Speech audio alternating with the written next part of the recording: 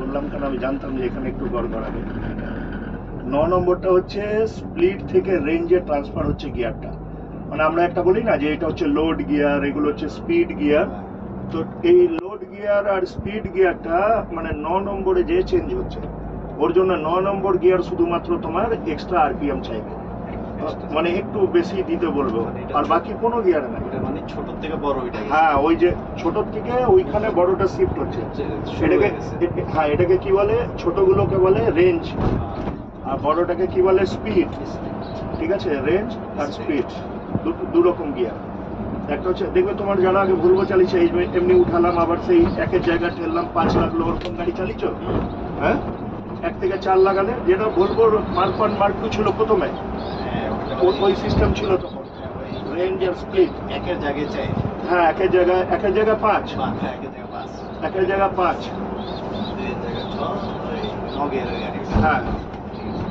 তো ওই যে গাড়িটা ওই সেম সিস্টেম, এখানে তোমাকে ওইটা দেয়নি, হ্যাঁ সুইচটা দেয়নি, কিন্তু চেঞ্জ হলে তুমি খেয়াল করবে যে আমরা কি করতাম ওই সময়, প্রথমে 3 লাগাতাম, 3 দিয়ে বাড়াতাম, একটু খালি থাকতাম, 3-এ বাড়ালাম, ভালো থেকে একদম 9-এ চলে গেল, 3-এ বাড়ালাম, টুক করে উঠিয়ে 5 করে দিলাম। আর এখন কিন্তু এই যেহেতু অটো করেছে, এতে কিন্তু ক্লাচের উপর অনেক বেশি প্রেশার পড়বে, আর এখন এই অটো করে দেওয়ার কারণে তুমি ওই রকম গিয়ার জাম্প করে যেতে পারবে না। ঠিক আছে, এতে কি হয়, এতে ক্লাচের লাইফটা কিন্তু বাড়বে, এতে ক্লাচের লাইফটা বাড়বে, কারণ ওটা তো ম্যানুয়ালি তুমি কিছু করতে পারছো না, গিয়ার জাম্প করা বা কিছু এগুলো তো সম্ভব নয়, যে কারণে ক্লাচের লাইফ বাড়বে।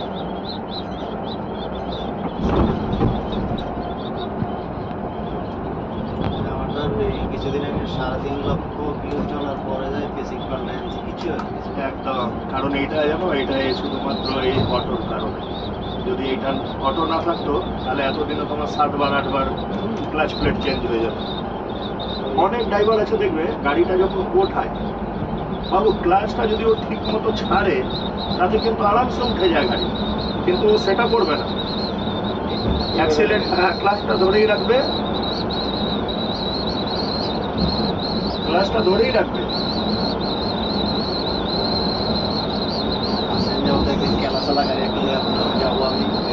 বলে ভাই তুমি একটা সিনিয়র লোক, তুমি ওদের সাথে কেন তুলনা করছো নিজেকে?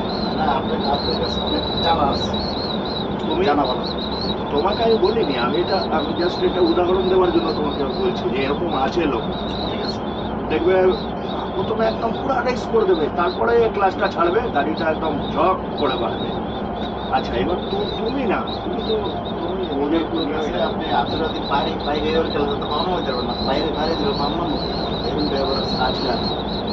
এই যে আমি প্রথম সিলেট গেছিলাম, মানে দেখার জন্য 2 ট্রিপ গেছিলাম সিলেট, তো আমি দেখেছি ওরকম ড্রাইভার বহুত আছে। এগুলো কি হয় জানো, এগুলো শুরুতেই মাসুদ ভাইকে এগুলো ঠিক করা লাগে, কারণ এখন কথাটা কইলে বিপদ হয়ে যাবে, বিপদ আল্লাহ পছন্দ করে না। হ্যাঁ, আল্লাহ বলেন আপনার দিলে পছন্দ করে না, মাসুদ ভাই ট্রেইনার, এটা আমি আপনাকে বলছি জাস্ট থাকার কারণে। হ্যাঁ, মাসুদ ভাই নিজে খেলতে পারে গাড়ি চালাতে। উনি ট্রেনার, উনি এখানে নেই বলে তাই এতদিন করছিল, ঠিক আছে। এবার তো বয়স্ক মানুষ বলে কাজ করছে, তো আমি ওই ধান্দাতে ফাঁসতে চাই না, কারণ অনেক জায়গাতে আছে না টাকা পয়সার খেলা চলে, এই তোমার এই নিয়োগে বহু জায়গা আছে যেখানে ড্রাইভারদের কাছ থেকে ওই খাওয়া দাওয়া,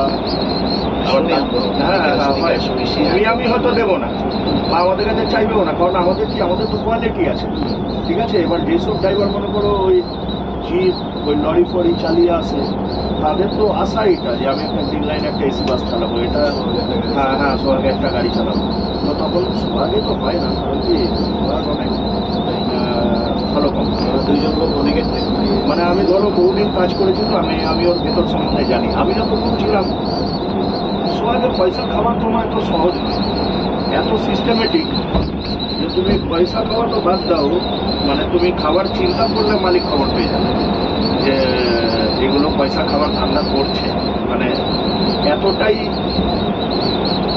তোমার ওরা সিস্টেমেটিক জায়গা না থাকলে তুমি করবে কোথা থেকে? আর এইসব কোম্পানিতে কেন খাচ্ছে মানুষ? এখানে জায়গা আছে বলে তাই খেতে পারছে। যদি সিস্টেমেটিক হয়, সমস্ত কিছু যদি ওনার নখদর্পণে থাকে, তাহলে তো এটা অসম্ভব।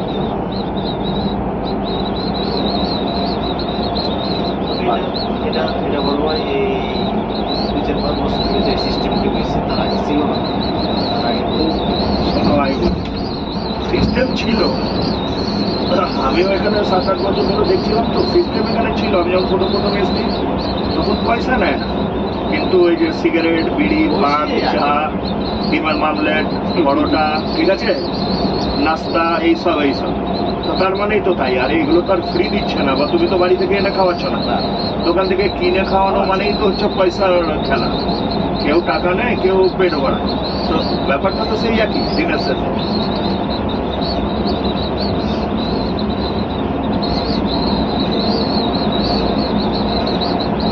মিনিট হয়ে গেছে, রানিং করবো। আর এটা কাট